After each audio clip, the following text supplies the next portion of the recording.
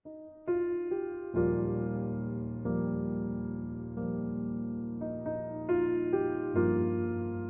kan dengan bunga yang satu ini? Ya, ini bunga jasmine atau kita lebih kenal dengan sebutan bunga melati. Tanaman yang banyak disukai semua orang karena ia beraroma wangi sehingga sering dimanfaatkan dalam industri parfum, kosmetik, peternakan, bahkan farmasi. Tanaman ini cocok dibudidayakan di daerah yang cukup mendapatkan sinar matahari. Dataran yang baik untuk pertumbuhan melati adalah 10-1600 meter di atas permukaan laut. Tetapi, meskipun begitu, tiap varietas melati mempunyai daya adaptasi tersendiri loh teman-teman terhadap lingkungannya. Berikut ini kami akan menjelaskan rincian klasifikasi dan morfologi melati. Teman-teman, dapat kita lihat di sini batang bunga melati. Batangnya itu berwarna coklat dan berkayu dengan bentuk bulat sampai segi empat, berkuku-kuku dan bercabang banyak hingga terlihat seperti merumput. Menurut jenis batangnya, tanaman melati dapat digolongkan sebagai tanaman semak dengan tinggi kurang dari 5 meter. Batangnya sedikit berbulu halus dan jarang. Morfologi daun melati. Daun melati bertangkai pendek dan helaiannya berbentuk bulat oval.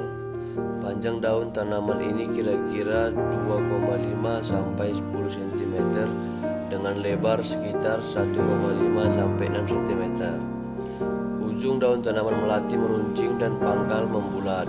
Bagian tepi daun merata atau tidak rata dan sedikit bergelombang. Pertualangan daun menyirip dan menonjol pada permukaan bagian bawah. Permukaan daun mengkilap dan berwarna hijau. Letak daun saling berhadapan pada setiap buku. Morfologi bunga melati. Bunga melati berbentuk seperti trompet dengan warna yang beragam, tergantung dari jenis dan spesiesnya. Biasanya, bunga melati tumbuh dari ujung tanamannya. Susunan mahkota bunga melati, tunggal atau ganda atau disebut juga dengan majemuk. Dengan bertumpuk dan mempunyai aroma wangi. Tetapi ada juga jenis bunga melati yang tidak mempunyai aroma wangi. Bunga melati ini merupakan susunan bunga yang memiliki menyirip dengan berhadapan. Morfologi akar melati. Melati adalah tanaman perdu dan termasuk dalam famili Oleaceae, tanaman perennial atau tumbuh lebih dari setahun. Dan tanaman ini mempunyai tinggi 0,3 sampai 2 meter dan bersifat merambat. Sistem perakaran tanaman melati adalah akar tunggang dan bercabang. Cabang ini menyebar ke segala arah hingga kedalaman 40 sampai 80 cm dari akar yang berada di permukaan tanah.